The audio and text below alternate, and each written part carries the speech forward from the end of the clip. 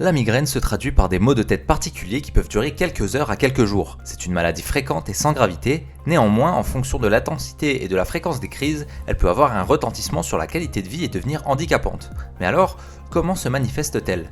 Ces dernières se présentent en douleurs lancinantes du côté droit ou gauche de la tête et qui suivent les battements du cœur.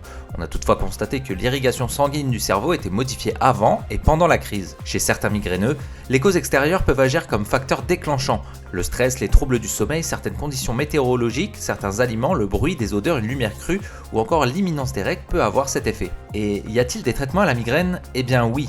Le traitement de la migraine comprend le traitement de la crise qui a pour but de soulager rapidement la douleur et le traitement de fond qui a pour but de diminuer la fréquence et l'intensité des crises. En cas de crise légère et modérée, l'aspirine, le paracétamol ou l'ibuprofène peuvent suffire. Et en cas de crise sévère d'emblée ou non soulagée par les AINS, il existe des traitements spécifiques comme les triptans et les dérivés de l'ergot de seigle.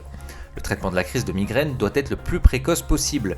Il peut être utile de tenir un agenda des crises pendant 6 mois en notant la date de survenue de la migraine, sa durée, l'intensité de la douleur et les médicaments utilisés pour soulager la crise. Le médecin pourra utiliser ces données pour mieux estimer la gravité de la migraine, tenir compte du retentissement de la maladie sur la vie quotidienne, modifier éventuellement le choix des médicaments et les modalités de suivi. Il peut être également recommandé de comptabiliser chaque mois le nombre des prises de médicaments antimigraineux, spécifiques ou non spécifiques, pour dépister un éventuel abus médicamenteux.